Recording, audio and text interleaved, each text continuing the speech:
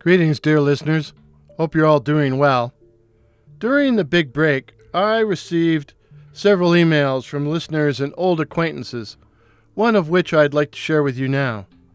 It was sent to me from someone I'll call Gino. Hey, Warren. Don't know if you remember me, but we went to high school together. I was 2 grades behind you, but my older sister was in the same grade as you.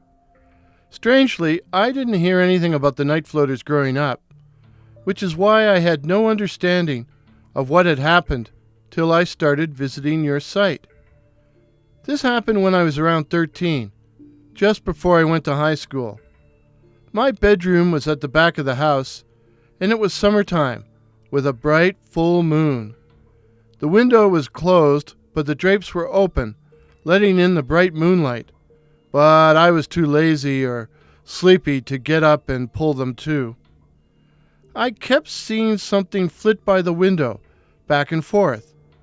At first I thought it was one of those big moths, but then I realized it was a human head, a face.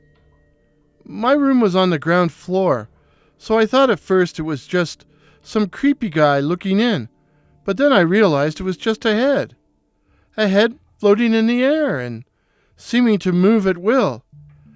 I couldn't make out the features too good, but it looked like an ugly guy I'd seen around. Thin face, dirty hair, and red eyes. I think it was the red eyes which hypnotized me. I stared at the head, and the red eyes stared back at me. In the end, it just hung there without moving, and I made no move to get up or go over and close the drapes. I was half asleep and just accepted the head being there, like it was part of a dream, and eventually I passed out. In retrospect, my lack of reaction is strange. It was like I was stoned or something, but I'd never done anything beyond sampling the old man's vino. But you know what it was like back then. Whoa, a floating head, staring in my bedroom window. Far out, man. When I woke up, I just thought it had all been a dream, and I never even bothered to tell anyone about it. It wasn't until I came across your YouTube channel that I realized it must have been a night floater. I also realized my Uncle John died in a construction accident a few days later. Could this night floater have been some kind of omen or evil eye? Have you come across any other cases where people saw night floaters and something bad happened shortly after? Gino from the neighborhood. P.S. I never saw the head or any floating heads again.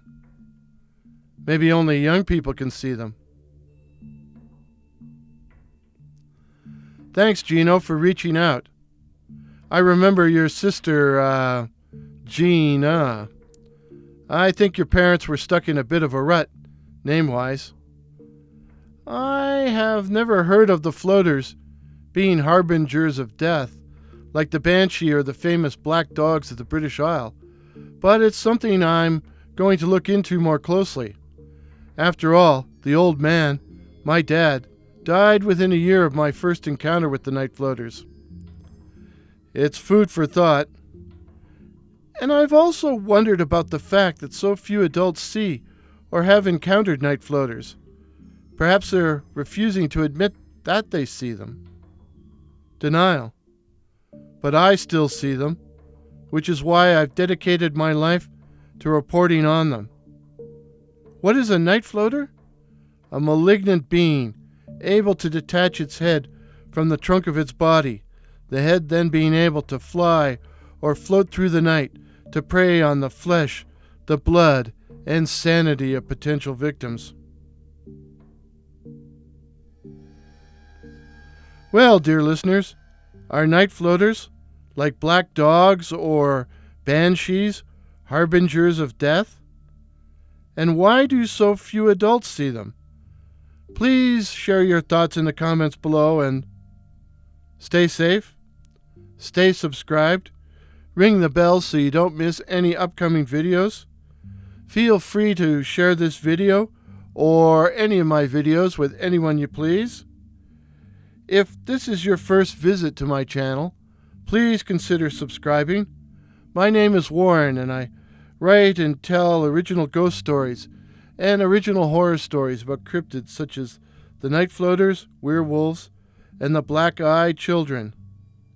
And of course, stay hungry. Till midnight. Cheers.